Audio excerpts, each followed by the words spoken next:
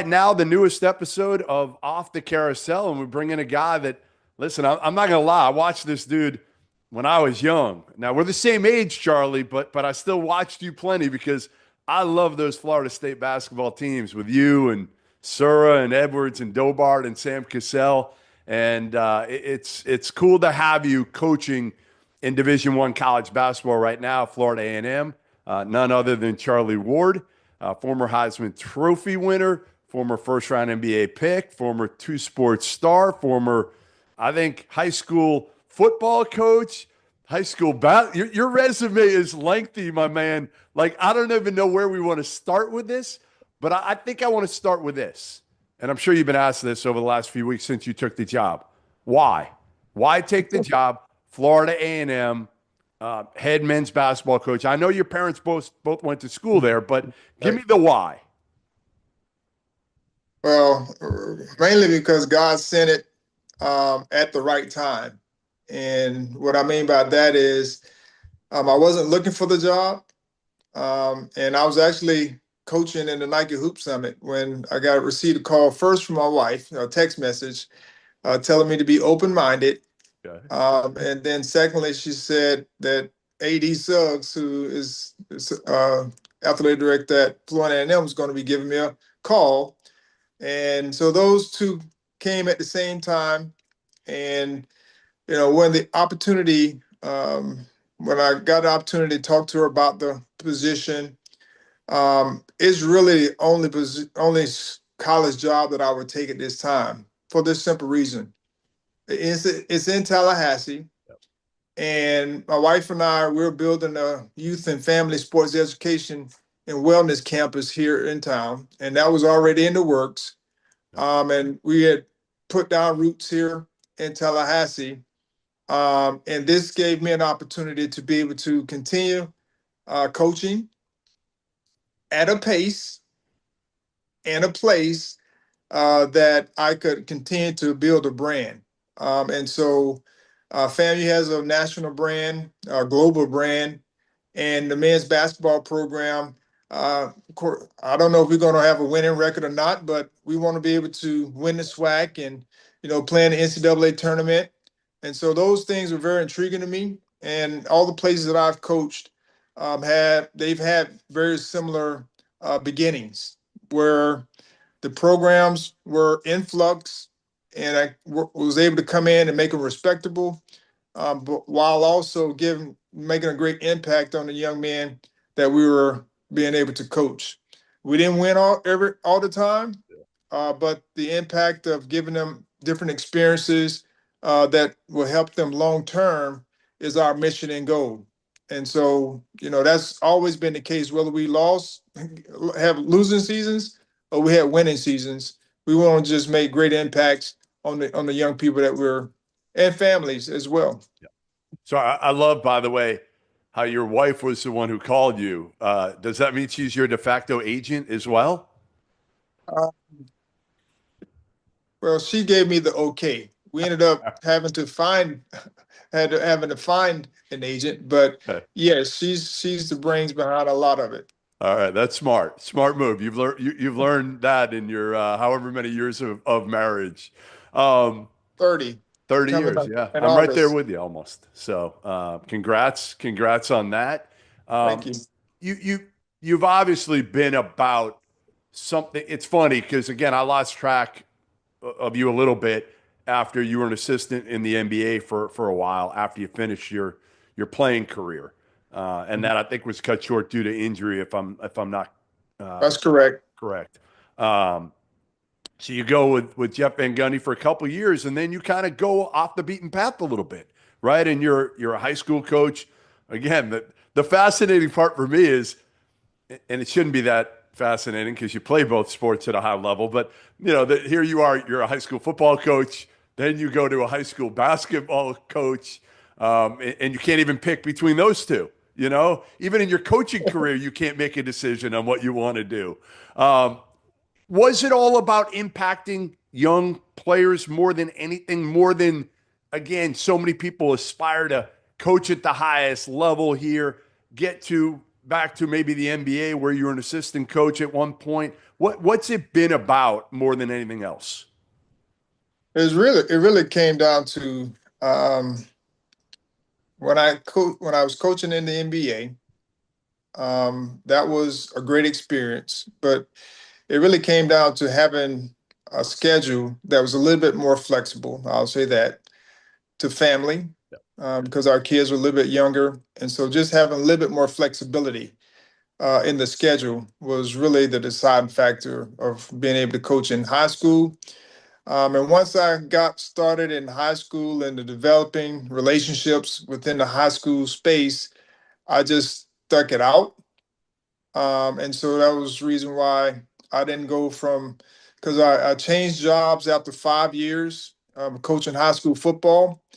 And I stuck with football because I developed so many relationships with USA football and then in the football college space. And so I decided and I was just still learning how to coach because I was out of football for so long, for 13 years. And then I was still learning and developing in that area. And I didn't want to just stop because I put a lot of time and energy in it. So I continued for 4 more years coaching in Pensacola at Derek Brooks' alma mater. And after that, actually two basketball jobs opened up one out of the blue, and then the one that I took at Florida High. And so I got back into basketball, and I've been there for the past 7 years at Florida State University School. And so that's how I just stayed in the high school space for so long because I had developed those relationships. I've been on the board of the State Athletic Association. I've been on the advisory board. I've been able to go to NFHSA meetings. It's just a lot of things I established, and so I just stuck with it. And now in this season of life, the college position opportunity came open, and like I said, it was a great fit for me because I'm in the same town, don't have to move, none of that. So that was just a great opportunity to do something that you know we all aspire to do at some point. Because I coached in the pros, I've coached in high school, and now this gives me an opportunity to coach in college at a place where the pace is a little different than your normal Division 1 uh, programs is going through, the NIL space and the transfer portal space. And we have to understand and know where we are. We're developmental. We're going to be developmental regardless of where we are. But this is a part of the developmental process, especially at FAMU. And just grateful for the opportunity. Have have you kind of figured that part out yet? You still new to taking over. Obviously, the money at Florida A&M isn't the money at some of the higher levels, but you're reading some of these numbers that kids are getting right Yes. now. $3-4 million for the year. I'm also curious to think of like what you would have made in your heyday playing quarterback and point guard for Florida State. What that number would have been you could have made double. I mean, think of what you could have made. I don't know. Like, do you ever think about that? How much you could have made back in college if you were playing now? Two Yeah, I sports? mean it's but my deal would have probably been true NIL. Yeah. And what I mean by that is the things that I did, was because of what I did on the field at Florida State. And they would have been the ones to be able to push me into that because, I sat for 3 years. Yeah. And then you got to think with the transfer portal, I probably wouldn't have left. But with the transfer portal, all it does is gives you an option when you're not getting what you want. And so there would have probably been numerous guys that would have probably left. I mean, but to have the option to do that, we had the option to do that, but there was a consequence, as you know, if you left, you had to sit out a year. And so that was, for me, NIL would have been a great opportunity for me to be able to give back to my parents because they came to every game. They actually went in debt Really? coming to watch me play football because, I mean, they were two educators and, they didn't have like the excess but resources. but they did what they needed to do in order to come to the games. And so that would have been able to, that the NIL would have been able to help family members come to these games. And yes, a lot of things we did help prepare me for just understanding and appreciating what I got afterwards. And so kudos to the ones that's getting it all, but I also just hope What that advice they would you give them, Charlie? What advice, and you can give some of them some advice, but again, the guys you're going to be coaching are not going to be making the $3 or $4 million this year. correct. They'll hopefully be making a little bit of money, which will help them. But what advice would you give? Because you've lived it. Like again, you've impacted these young kids. You see now some of them are making big money and it may not be sustainable for them. They're not NBA players. What advice would you give some of these guys right now? Well, I would just say we all have to be good stewards of the resources that's provided. That's one. So, a lot of times we go and start buying stuff as opposed to, seeing that this is money that could help generate other income long term, and then putting some things away. Also taking care of your family, but also putting a little nest egg away. Um, but just also the mindset, that I know we were talking earlier, but just the mindset of enjoying the moment because it may not be this way a year from now or even 2 years from now, but not always expecting that it's going to always be like that. Because as I'm mentioning, I went from winning the Heisman Trophy, which is one of the top awards in football, to being a rookie in NBA. And so with those two perspectives, I enjoyed the high moment, but being a rookie and not getting a chance to play and all those different types of things, um, I enjoyed that because that helped me to understand that every moment you have to treat as being precious. And you're not going to always be the focal point of the conversation. But what can you do to continue to elevate your game, elevate who you are? But it all starts with the mindset of understanding that life is not going to always be a certain way. And so whether you're down or you're up, it's not going to always be that way. You have to work to continue to enjoy that moment, but know that whatever it is, wherever I am, it's not going to always be that way. If you haven't heard by now, we have partnered with BetMGM for the season. We'll be using BetMGM lines to make all of our picks, and we'll have special offers for the listeners and the viewers. Download the BetMGM app and sign up using the bonus code FIELD. Deposit at least $10 and place your first wager on any game, and you'll receive up to $1,500 in bonus bets. Go download the BetMGM app and use the code FIELD today. What's it been like since you took over? Trying to put together a team. I don't know how many guys you retained. My guess is not that many because everybody's going to the portal these days. Yeah. Well, What's this been like, and have you put together a staff yet? Are you flying solo, or do you have some guys helping you already? No, I've been blessed through this whole process because it happened really, really fast. It was like a 5-day span that all this happened, and I had no clue before those 5 days that I would be in this position.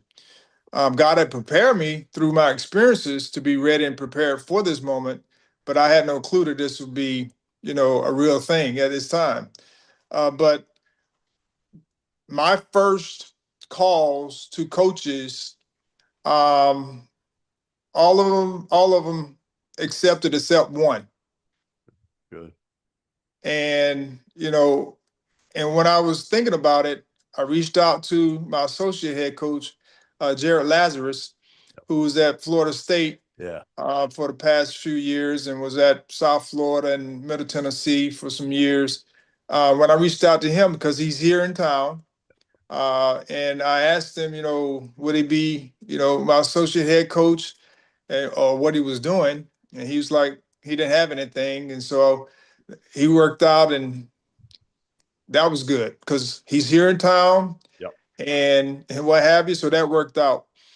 And then one of my other assistants that I coached with for 6 years at Florida State University School, I tried to get him back, but he had just moved to Orlando with his wife and a newborn, and he wanted to come back, but they weren't able to make it back to town. And he's from here, and so he was the only one that said no. And then Rob Lewis, our coach, he was a GA for Coach Hamilton 2 years ago, and he went to ECU last year, and so he was open to come in to help support. And then I went with a guy that I knew. I coached against for the past 7 years. His team and my team were always vying for the district championship for a couple of years. But I also knew him from when he was a little boy, because his dad was our equipment manager at Florida State for the basketball team, and so he was always around us. You know, he was our ball boys for a lot of the games, and so I knew him, and he was a good coach, and he's well respected, not just in our area, but in the state of Florida. And so and Gene Granger is his name. Okay. And so we've been able to build a athletic staff, that coaching staff, and then also business affairs coach, which is who actually brought me to town. He's the athletic director at FSUS, and he's also a FAMU alum. That's going to be helping us support us with the business affairs.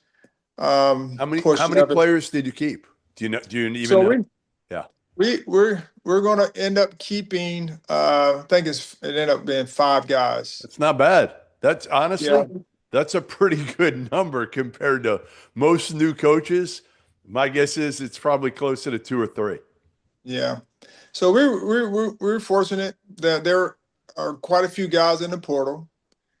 And then the ones that we wanted to bring back actually wanted to come back. Good. And so that was good. So that gives us some wiggle room to be able to bring in some guys that we actually have relationships with, that we actually recruit. And the thing it's been a good thing, but it's been overwhelming, is there are so many relationships out there that have connections to quality players. So it becomes overwhelming because, everyone has a player they call you about, right? Yes. Everybody's calling you about a player, and you got to figure out how good they are, and you got to figure it out quickly in this day of the portal. That's true. And so, and you might need a little bit of this too, Charlie. You might need a little bit. Well, we've been working to try to make that a reality for some. Yep. And we're going to have to be creative because we don't have the big collective. Right. And so we're going to have to be creative with the way we go about it.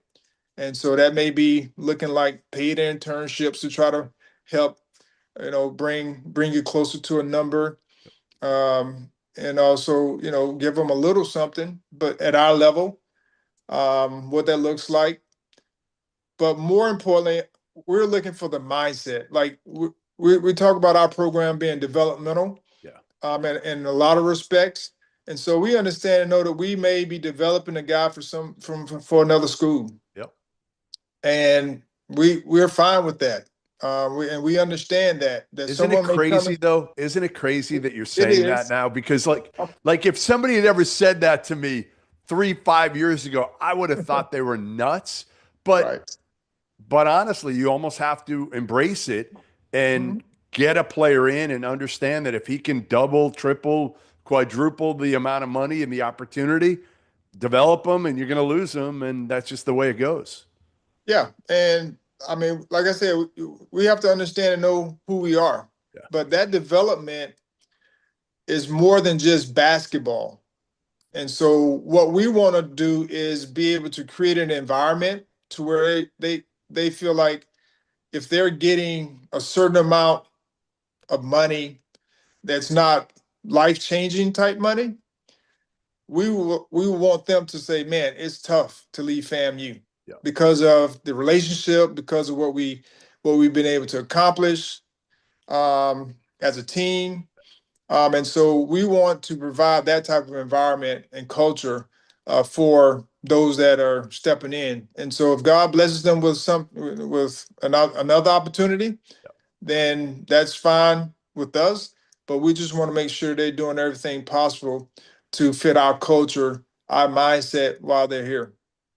All right, last question, a little bit off topic, but since you were a former New York Knicks point guard, I got to ask you a little bit about the Knicks right now. Are they your team? Like, do we consider the Knicks still your team, Charlie, or what? Yes, they are. Okay. I mean, I claim I was there for 9.5 seasons, and they really took care of our family. So I'll always be a New York Knick. You should be. No, I figured. I just had to ask just to make sure. I mean, the Knicks just win their first series. They're relevant again. It's been a while since they've been relevant. They got a point guard who, man, he's special. I mean, talk about a guy who's got some of the same intangibles you had, some of that same work ethic, team first attitude, plays with a chip in his shoulder, tough as you know what. Like, I've known Jaylen since he was young, and man, it's been fun to watch him. And yeah, one of the things that stands out to me about Jaylen Brunson is like there's no like glitz and glamour, none of that. He just plays ball, plays it the right way, wins games, doesn't really celebrate, doesn't talk a lot of what. What's your take on Jaylen Brunson and kind of the Knicks organization and the team right now? Well, I was happy to see them win the first series. They kind of let the game go in New York to get it to 3-2. But everyone gives Tibbs like the business, the way he goes about coaching and what have you. Of course, Tibbs was with us when I was in New York. And I just know, I mean, he's grown over the years to fit in with this new culture in some respects. But they are who they seem to be. Like they win 50 games, which a lot of times people sneeze at, but I mean, you could be on the other end where you're not winning, which they were for quite some time. And everyone's complaining about trying to get to the next level and how long it's going to take. I mean, I remember when we weren't making the playoffs, and it was like a long time before they got to where they were, just a couple of years ago, making the playoffs and actually winning a series. And so there are steps that you have to take and go through. I think they have a good nucleus of guys.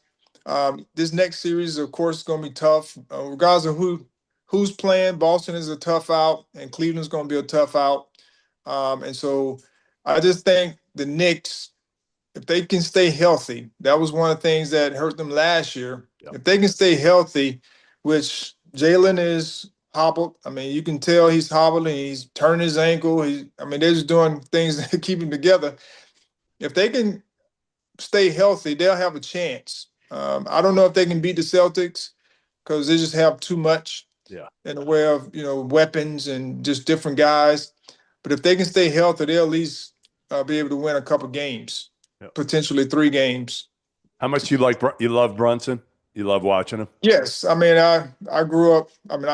He grew up around us because Rick was in New York while we were there for a couple of years. And so he was around the building. He was a little kid at the time. But he was he was a gym rat then. He very similar to his dad. And like you say, there's not a lot of glitz and glamour with him. The guy, he actually took a pay cut to be there, which is just his heart. Like he's still doing well, but he wanted to make sure there are others there to be able to help support him. in that process. But that's just who he is. Like he's a guy that, like I talked about. I mean, he can be here, but he wants to live here, Yes. and he appreciates What he being in, has. yes, what he has. And Could have so I more, think could have another 10 million more, like you correct. said. But you know what? It's funny when I asked him that this past off season. One of the reasons he said, which baffled me, he said something like to the effect that did his dad only play like 9 years or something in the NBA? I think he was like Correct. a year short of 10, which you And get health yes. benefits or something Yep. forever. Uh-huh. So Yes, that's he correct. said, I wanted to make sure this contract, I wanted to sign it now. So I made sure I would get my whatever it is, so I get health like just the way his mind works is not like most other guys that are in the NBA. Like it's just his maturity level is at a different, it's different. He's wired different. So yeah, I figured I'd ask you a little bit about your team there. And listen, good luck with everything. Congrats. Thank It's you. great. It's great to have you in college hoops. It really is. And obviously, I've got a ton of respect for you, and I know so many people do. It's not going to be easy, but I think you No. know that. I think you know that. And Well, but it's going to be fun to watch how you put this thing together, and again, how you impact these kids when they are at a position right now, especially. You know, you can have more impact, I think, now on these kids than maybe ever if you do it the right way. So, Charlie Ward, really appreciate you joining us, and